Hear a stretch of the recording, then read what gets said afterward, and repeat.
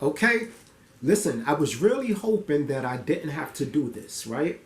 But listen, I don't even mind doing it. I was just hoping that I didn't have to do it, right? So today what we're going to do, you saw the title, you saw the thumbnail. We're going to break down and talk about specifically why Errol Spence Jr.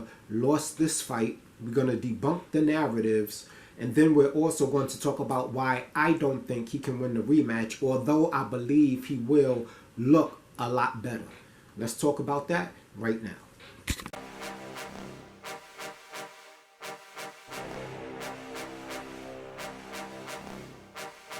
Welcome to Tough Glove Boxing.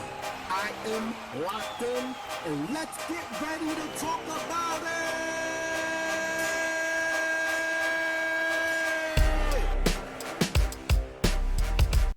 Alright, so listen. Y'all saw the intro. We're going to get into it. Now, we've been waiting for this fight, the Terence Crawford versus Errol Spence fight, for 4 to 5 years, right? And it's pretty much created a civil war, you understand, amongst fans in America in boxing, or just period, right? And as a result of that civil war, we have a conclusion. Last Saturday, Terence Buck Crawford stopped Errol the Truth Spence. Now, since that's happened, a lot of people have haven't found a way to take credit from Bud. The rumors are that his gloves were loaded. We have fake doctors, YouTube doctors coming out saying that Spence has a neurological disease and he should have never been allowed to fight.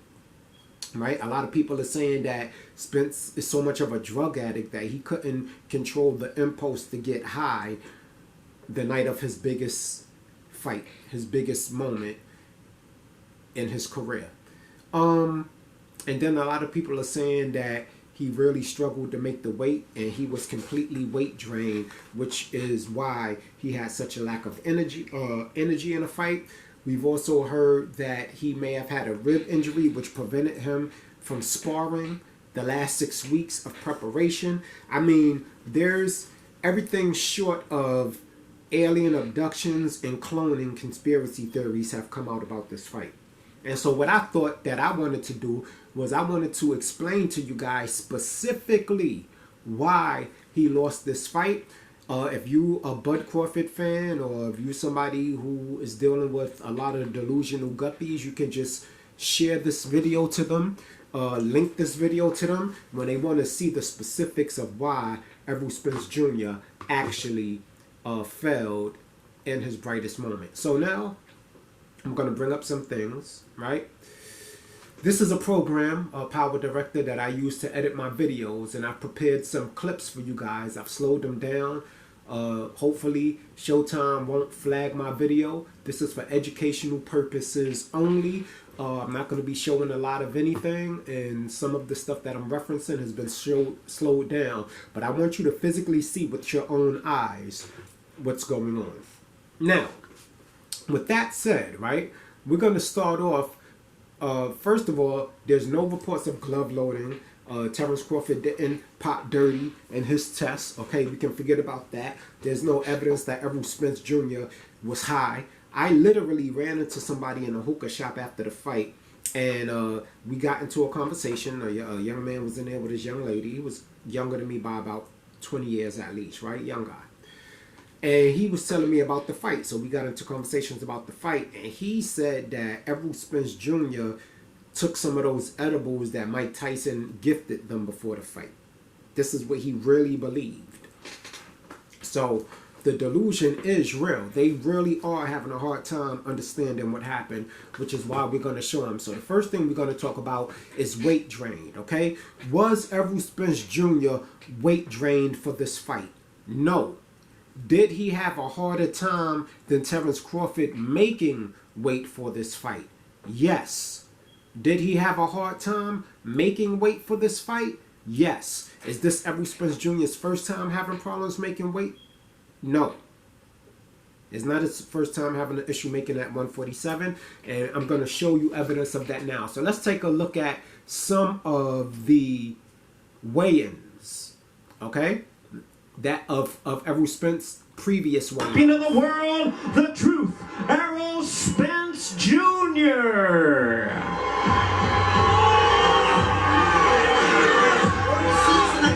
146 and 1/4 pounds. We have a fight.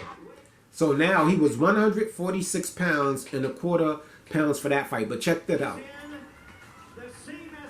This is for the Errol Spence versus Sean Porter fight, right? Did y'all hear that? We have a fight.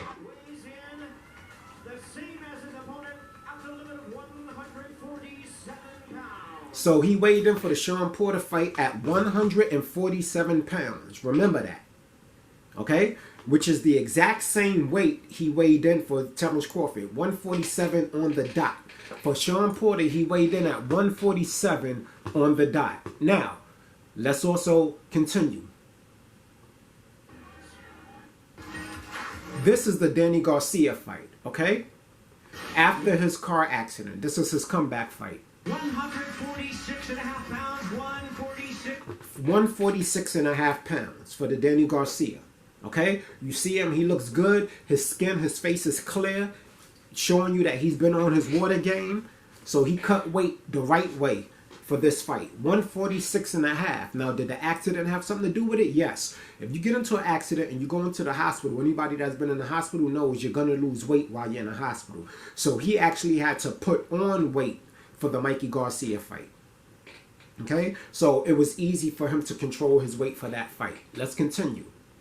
6.5 pounds for the defending champion. But that Garcia fight was just for us to see that Spence was still able to continue on with his career, to be honest with you. Okay? Now let's go to the next one. 146 and 1/4 pounds. See, that's for the Udenis Ugas fight. 146 and 3/4 pounds. He made weight the right way. You see him, his skin, his face, everything clear. He was on his water game for that training camp, right? So 146.5, right, for the Garcia, 146 and 3/4 for the Ugas, right? Now remember, with the Ugas fight, he was already in training for the Manny Pacquiao fight, right? So, and this was also after the accident, right? So he was still not as heavy. He didn't balloon up because after the Manny Pacquiao fight, he had the eye surgery, right? So he just basically stayed in shape until the Ugas fight. So it wasn't as hard for him to make weight, okay? Because he didn't blow up in between when he was supposed to have fought Manny Pacquiao and Udenis Ugas, okay? So when Errol Spence weighs in at 146.5, 146 and 3/4, that's him making weight good. Like Terence Crawford made his weight, his final weigh-in was 146 and 3/4, right? He made weight good. So I just wanted to show y'all the difference when it comes to us talking about weight, okay? Now, the other thing I want to bring up right quick, so that just goes to show you.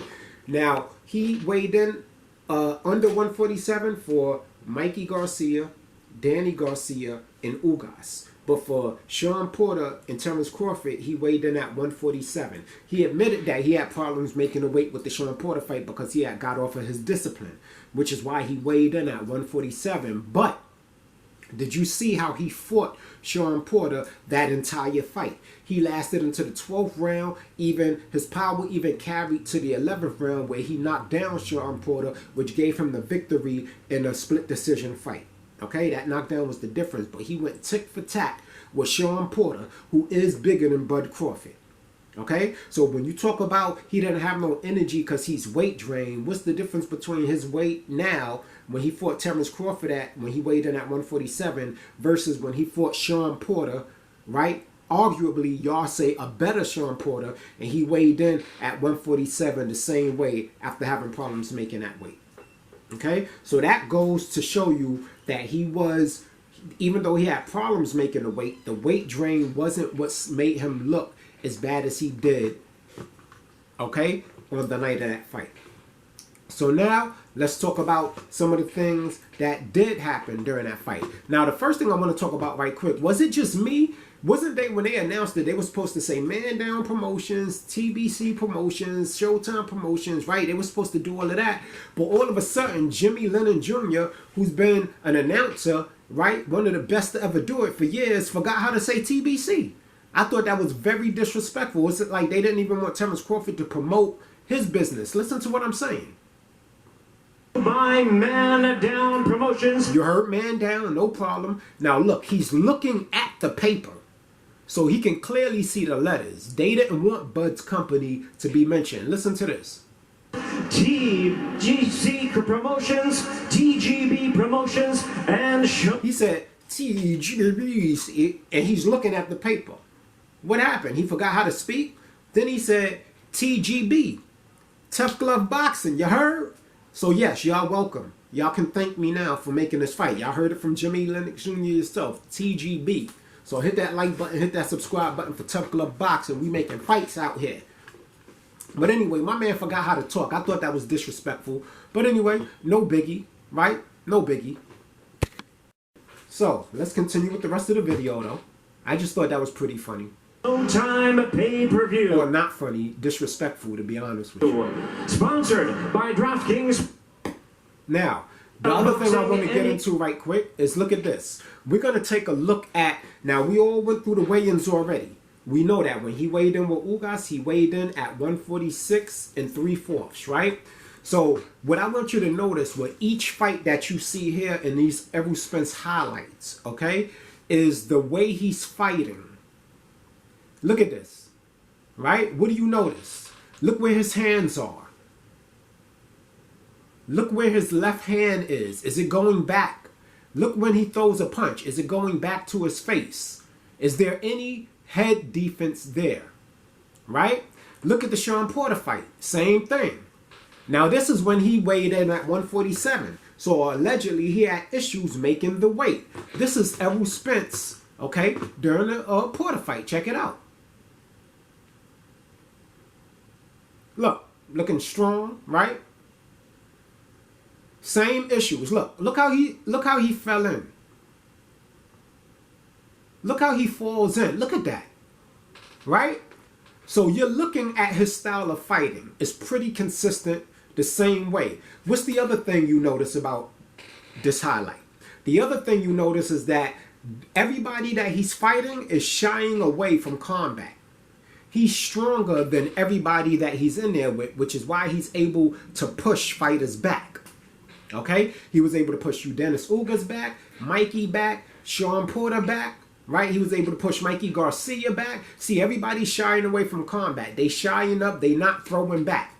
Is there any defense going on here? Look at his hands. Look, he's not even worried about them coming back. Look at his hands. He's not even worried. He's not even putting his hands back. Okay? So I just want to show you guys that part right quick. Okay? So you can see his style of fighting. We all know what it is. Okay, let's continue. Now this is the Terence Crawford weigh-in, right? He weighed in at 147. We all know that. Look at him. Okay? Nobody had a problem. Actually, everybody was saying Terence Crawford had a problem making a weight. Right? That's what they were saying. But Errol Spence, the reason why the weight drain, you can't use that as an excuse is because look how he performed against Sean Porter. And not one person has ever said that Errol Spence Jr. was weight drained against Sean Porter. Nobody. All they said was he had trouble making a weight. Okay? So now I'm going to get into why Errol Spence Jr. lost the way he did. Okay?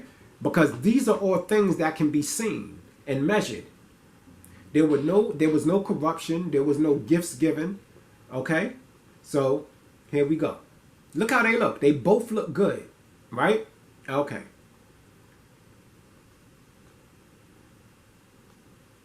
We coming, guys.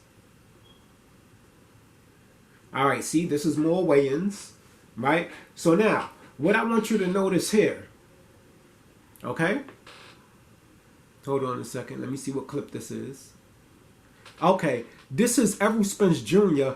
He's about to connect, I believe, with a good left hand. right? Watch this. See, now this is what usually happens. Now you see there, right? Errol Spence caught him clean. This is the third round. This is when Errol Spence is animated now because he's been dropped. He caught him clean. Now, does Terence Crawford stand there? No. What does he do? He immediately moves over to Errol Spence's right hand side. Errol Spence's right, his weaker hand. He starts circling. Errol Spence can't set his feet. He's not successfully cutting off the ring. Okay? Did y'all see? So y'all see how Terence Crawford is circling over to Errol Spence's weak side. Errol Spence is trying to generate his power in his left hand, but he can't get Terence Crawford. See how he puts his hands down? So now he's following Terence Crawford around. Okay? Now he's following him around. What was this sequence? Oh, no, I skipped ahead a little too much. My bad, guys, my bad. Okay? So y'all saw that. Number one, Terence Crawford didn't stand in place to let Errol Spence bang on him. Okay? So, let's see the other thing. That the other fighters that went against Errol Spence Jr. did not do. Take a look at this clip here. Now, what you're going to see, also round 3. I like this round because it shows the most active Errol Spence. To me, this was his best round, right? This is what usually Errol Spence looks like. Now, as you can see, he's got Terence Crawford in the corner, right? He's throwing punches. Look, this is what he normally does, right? He's in the corner, and now he's relentless. He's not thinking defense. He's not thinking anything except punishing his opponent. Crawford is calm, and he's shelled up, right? And he's looking at Errol Spence. Now, notice where Errol Spence's hand is as he's rolling away. Terence Crawford is looking directly at him. He sees this opening. And watch what he's going to do with his right hand. See, Crawford tries to push him back. Spence tries to push him back. Boom. You see? The uppercut under the cross. Under the left hook. Spence didn't even see that coming. He would have seen an overhand coming, but he didn't think Crawford could get off the uppercut. So what Crawford is doing that the other opponents of Errol Spence didn't do is punch in between the punches. While Errol Spence is punching, look, he just got clipped again with another right hook. See? Crawford is moving his head. He's not keeping he's blocking up. See his defense? Errol Spence can't get off.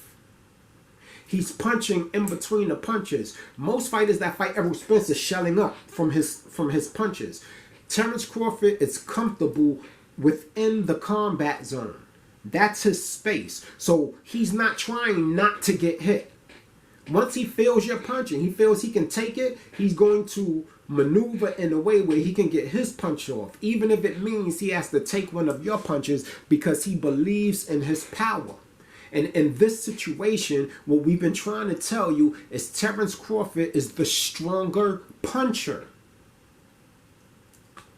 Okay? So, Terence Crawford punching in between the punches. Okay? Punching in between the punches, making sure Errol Spence is uncomfortable. Look, Errol Spence again is running right into counters. Look at this. See? He's following Terence Crawford around. Crawford is going to reset his feet and go and switch position on him. See how he moves to the other side? Boom. Stops right there. Counters. Spence walked right into it. Didn't see it coming. We told you he was going to be running into shots all night long. Okay? Here we go. Let's continue.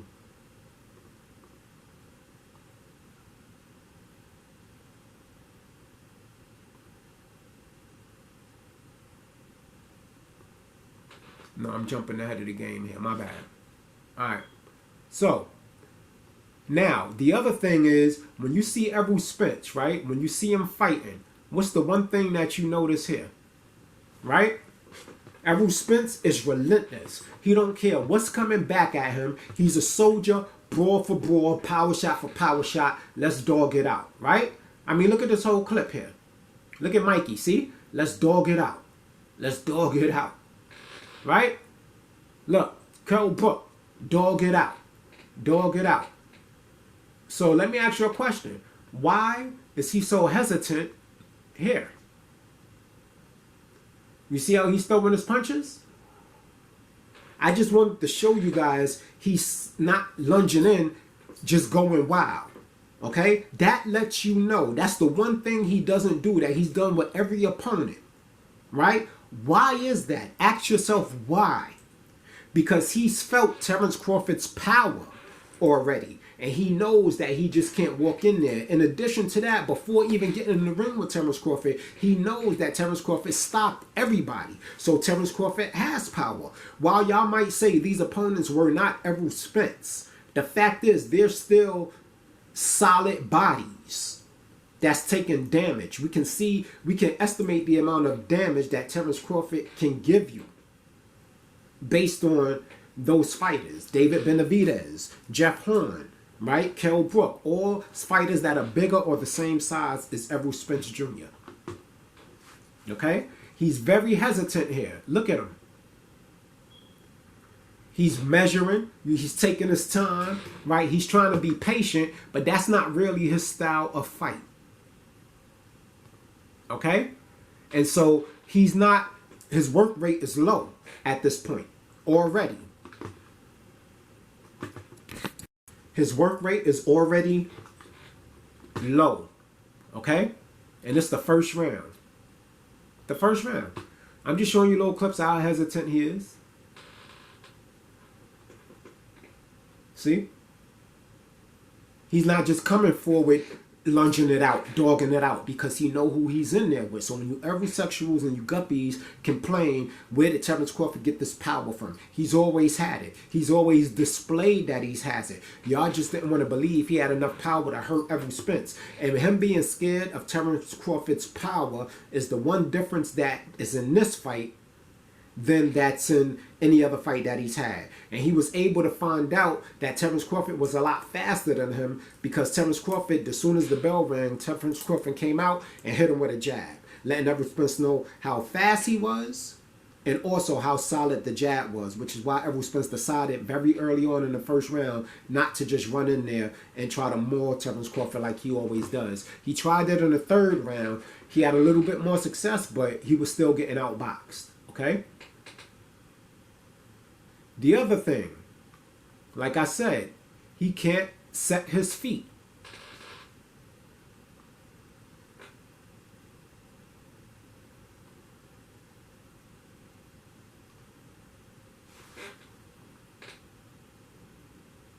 Look at this. See how Terence Crawford is moving? Errol Spence Jr. cannot set his feet.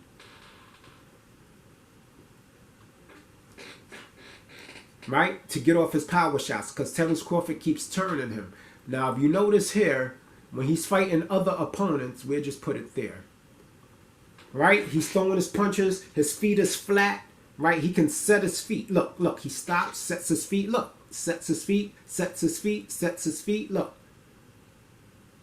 Sets his feet, sets his feet. You see what I'm saying?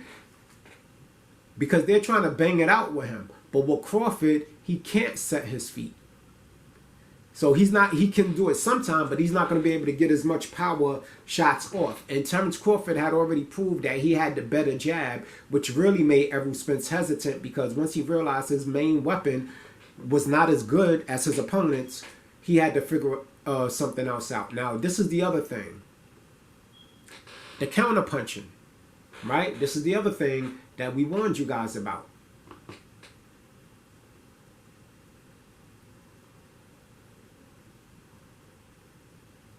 Oh, wait.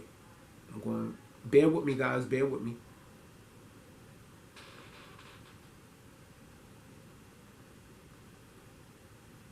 Okay. Now look at this. He misses. He can't set his feet. He's trying to find Crawford. Crawford stops, counters him again. Right? Now watch this. Watch the series right quick. He's going to go jab, jab, and I believe overhand left. Okay? Now look at that. Now he has to pull all the way back out. Crawford has longer arms. He's already slipped his punch, right? And then he follows him out and catches him on the way out. Boom.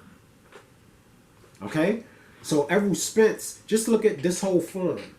Right now, look at Errol Spence's stance. Terence Crawford is coming forward. Errol Spence is off balance. Okay? But he's always fought like this. I've just shown you film of him falling into shots on his average opponent. His defense and lack thereof is what cost him this fight. Okay? See how far back he jumps? When have y'all ever seen Errol Spence jump back that far? Okay? Now this clip, I want to show y'all, right? This is Terence Crawford showing you he has the better jab. Right? Now I want y'all to watch this series. This was very interesting. Look at this. Boom. Y'all see that? Terence Crawford gauges the speed. Right? He gets off a body shot. Throws a right jab in case Crawford is going to follow him out. Okay, so this one is the knockdown. Oh no, this is the jab. Here it is. Boom.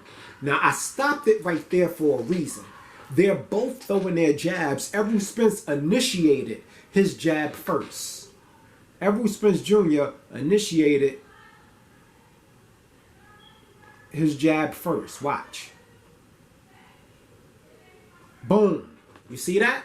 Now, just to show you why he lost, right? They both started their jab. Errol Spence just slightly before Terence Crawford. As you can see, look where Errol Spence's jab is at this moment, and look at where Terence Crawford's jab is. Terence Crawford's hand is already past the halfway mark, and they started their jab. He started his jab after Errol Spence. Not only that, Errol Spence gives away his height, so they're pretty much, you're going to see Errol Spence lean down into the punch. Terence Crawford is punching up, right? Now, with that said, Errol Spence's jab does extend, but Terence Crawford's arms are longer. Errol Spence gave away his height, and so Terence Crawford's jab gets there first and harder. So let me go back so y'all can see it. Right? Let's go. Boom. Got him. Errol Spence, as you can see, clearly more affected. He got that, oh shit, look on his face, ain't it? So Terence Crawford had the better jab because Errol Spence simply gives away his height and he lunges forward. And Terence Crawford has the longer reach and Terence Crawford is faster. Right? The fact that I even got to make this video is crazy. But I'm showing you what it was. I'm showing you. So let's go. Let's see what else we got. Right? Now this was beautiful. This is when we get into the IQ of the fighters, right? You have one fighter who's a brawler. Shout out to Love Jones, one of my favorite movies, right? Check it out. So now Errol Spence is putting the pressure on Terence Crawford, as you see here. Right? He's putting the pressure on Terence Crawford. Boom. Did y'all see that? Boom. Now let me rewind that to show you why that was so beautiful. Okay. Errol Spence is coming in. Look at Terence Crawford looking at him. Right? This is how you judge. This is how you know he's looking at what Errol Spence is going to do. Errol Spence is going to, of course, jab, jab, upstairs, watch. He jabs. Oh, no, he feinted, right? Now, listen. At this moment, they both got their hands up because he thinks Terence Crawford is going to throw a hook. Because he's going to throw a hook. But what Terence Crawford has done is he's timed Errol Spence coming in and he's going to catch him with an uppercut that Errol Spence doesn't even see coming. Watch this. See, Errol Spence goes to throw his punch, right? He hits Terence Crawford's glove, his right-hand glove. Now, over that, Terence Crawford is going to come under here and just strike his ass right quick. Watch this. Boom! Did y'all see that? Look at the position. Look at Terence Crawford's hand. His right hand is still guarding his chin. Good defense. While at the same time, he throwing the uppercut. Look at what he's doing. It's there on the screen. This is what he hit Earl with. How the fuck do you hurt somebody like this? His arms are so long, he threw his punch while he was guarding his face and still connected. Let's rewind that beautiful display again. Now, look at this. Uppercut, boom. Errol Spence doesn't see it coming. Now that was what the left hand. Now being that he's naturally right-handed, right? But he fights in a southpaw stance. This is what was going to happen when Errol Spence takes that same punch, right? But only with the other hand. He's going to take the same punch. Let's move it up a little bit.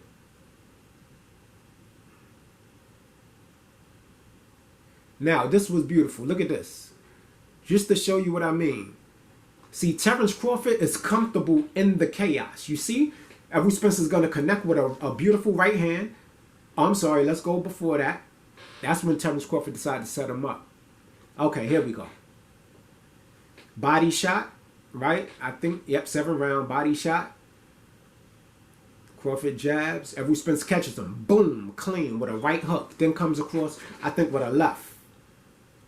Boom. Now, right there, Terence Crawford is moving back. Errol Spence thinks Terence Crawford is hurt because of his body language. He's going to the ropes, right? He slips that punch. Errol Spence decides he's going to throw a body punch and then come straight with the overhand left. The problem is Terence Crawford already knows he's going to do that. So the same punch that he just got hit with in the corner, that uppercut, watch this. Terence Crawford backs to the rope, uses the force of the ropes to generate forward motion while he throws the uppercut perfectly. Look, Errol Spence is already committed. Terence Crawford sees. Look where his hands are. He sees he's looking directly at Errol Spence. Errol Spence has committed. He's going to come in for the jab and the overhand right. Watch. Boom. Where's Terence Crawford's hand? Already down, coming in for the uppercut. As soon as Errol Spence threw the jab, Crawford didn't try to block the jab. He went immediately into throwing his uppercut because he knew his uppercut would land before Errol Spence's left hook. Boom. And that was the punch that nobody really saw. They just saw Errol Spence fighting Terence Crawford, and then he fell down. Let me rewind that again. Beautiful. That was a setup punch. Look, Errol Spence doesn't know that this is coming. Look, he think he got him. Boom, bow. Did y'all see that? And he's down. IQ. This is what we mean by IQ. The ability to set up your shots and lure opponents in to the fire, right? Hold on. I still got some more for y'all. I got some more for y'all. I told you, we're going to cook on this particular video. We're going to cook on this particular video. So y'all following me so far? So far, it has nothing to do with his weight. Okay? He looked at weak because he got shut down in the second round. If you look at that knockdown, his legs were wobbly as hell. You understand? He had the stinky leg by the second round. That's why his fatigue was going, because of those body shots that Terence Crawford was landing. Terence Crawford was landing body shots that had Errol Spence lifting up, which saps your energy. That's why he didn't have the same steam on his punches. It's not because he was high, he had neurological disease, you know, he was drugged, he was weight drained. The weight drain, if he's weight drained, you're not going to see that until like the 7th, 8th, 9th rounds, until the championship rounds. Okay? So let's go here. The other thing that Spence does, when you have somebody that's not shelling up and trying to avoid shots, when you have somebody who's paying attention, they can read everything that's going on. This is Terence Crawford reading Errol Spence loading up on a punch. Not this part. It's coming. That was a beautiful combination as well, but that's not what I'm talking about. This is what I'm talking about. Look at this. Right jab, left hand coming, right? Look at Terence Crawford's eyes. Right? He slips the jab. He immediately knows that he can... Look how far Errol Spence has to pull back. Look at Terence Crawford.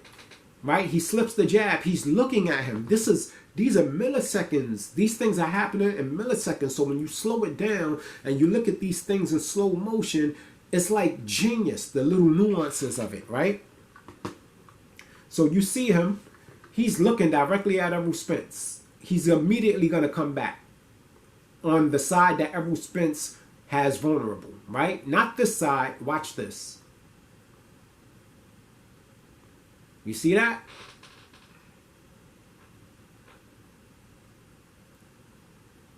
Boom.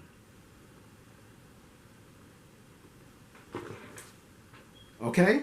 So he was predictable. He was easy to read, which is how those uppercuts got landed. Okay? He was not the stronger man in the ring. Right? Let's take a look at it. Y'all remember this series? This little thing?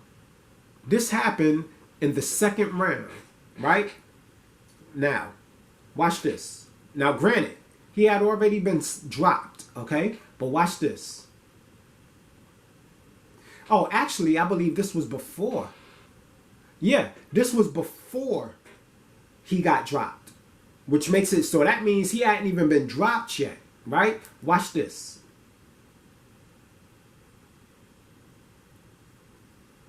Boom. He runs in. Look, his head, look how he lunged. Look at where his hands are. Listen, okay, what he would normally do is he try to push his opponents back into the ropes because he's usually the bigger, stronger man, right? Watch this. Look, he's trying to push. He's trying to bully Terence Crawford back. Terence Crawford doesn't even move back. Now watch this. He doesn't understand leverage. Did y'all see how easy Bud flicked him off? Hold on, let's do that again. Let's do that again. Look at this. This let Spence know that he wasn't the strongest man in the ring. So you have somebody who already established they have a better jab. They can hurt you, right? You can't pin them down. You're not stronger physically. Your physicality is not stronger than them. It may be bigger, but it's not stronger, right? You have no defense. I just showed you specifically. Even when he's fighting his other opponents, they're just in the midst of the chaos. They're trying to cope with what's going on. Terence Crawford lives and he thrives and he survives in the realm that is chaos. That is his area. So when they're getting their shots off, he's not trying to avoid their shot. He's trying to get his off. Right? So that let us know that Errol Spence wasn't the strongest one in the ring. Now, the last thing I want to say, right? And so, as you can see, it had nothing to do with the weight drain. He was the same way. He weighed in the same weight he did with Sean Porter. He just had trouble making the weight. There was no magical mystery as to why Terence Crawford was so much more dominant than Errol Spence when you actually look at it and break it down. When you look at the difference in speed, like I showed you with the jab, Errol started his jab here. Terence Crawford starts his jab after Errol Spence because he's reacting to Errol Spence, and his jab is already damn near in Errol Spence's face before Errol Spence can get his arm halfway extended. Now, the reason why Errol Spence kept saying his timing was off is because, number one, speed beats power, but timing beats speed. They already knew Terence Crawford was faster than him. So he was trying to time Terence Crawford. But you can't time Terence Crawford with the style of fighting that he has when he's falling in, when he's not bringing his hands back up. You understand? When he's not the physically stronger man. Okay? And so that's why I want this rematch, because I want to see Terence Crawford at his best. I don't believe that was Terence Crawford best performance, I would say, but I don't think that's Terence Crawford best, because everything that we've seen there, we've already seen him do. He just put it all together in a masterclass of fluidity. Everything just gelled in that performance. Now, at 154, it's going to be easier for Terence Crawford to make that weight. It's going to be easier for Errol Spence to make that weight. Errol Spence will still be healthier. He'll probably be stronger. He will have more energy and give us a better fight. But the flaws that I pointed out to you, the reason why he lost the fight, the real reasons why he lost the fight, I just showed you. And he has to work on those, and he thinks he can do that by December. Now, I don't think that everybody's telling him to retire, don't take the rematch. I don't believe in that. Sugar Ray, all of the greats, they took their rematches. You understand? Muhammad Ali got dominated by Frazier in that first fight. You understand? So I don't want to hear that you should retire, don't take the rematch. Errol Spence is a big, strong guy. He is one of the elites in boxing. We're not going to treat him like he was a scrub, like he was one-dimensional. Is he a perfect boxer? No. But you don't get to where he is by being a nobody. I'm giving Errol Spence his respect. I believe he is going to look better in a rematch. I believe that, right? But I don't believe he can fix all of those flaws. And that's why Errol Spence Jr. lost that fight. Not some weird conspiracy. He was just the better man. He was the better boxer that night. Now, I think Errol Spence has a chip on his shoulder now. I think Errol Spence wants some get back. I think Errol Spence is going to train harder than he's ever trained before in his life. I think Errol Spence is going to come back like the Terminator, like he's going to be a machine, and he's going to give us the fight that we really want to see. That fight is what we wanted to see, right? It was a great fight. It had a surprising ending, right? It had a shocking ending that generated conversation, but it wasn't the back and forth. It made Terence Crawford just look like he always looked, right? Terence Crawford, he dominates all of his fights. We want to see Terence Crawford go against an equal opponent, somebody who can give him some pushback so we can really see him do some magnificent-ish. Even though he did, I just showed you a couple things he did there. That shows you what type of level he's on. But anyway, guys, I hope you enjoyed that breakdown. You can share this video with anybody who wants to claim a conspiracy theory or claim that Spence lost because he was weight drained. I think I broke it down for you, specifically showed you why Errol Spence Jr. lost that fight. I also want y'all to stop saying the man should retire, the man should not take his rematch, because if Bud would have lost that fight, we all would have wanted Bud to take that rematch. We all would have wanted Bud to get that get back. So I support Spence, and I think he's a dog for standing up and talking about he's ready to go into the fire again. Locked in, Tough Club Boxing. Get in the comment section. Let me know how you feel. We out. You ain't gotta go home, but you gotta get the hell up out of here.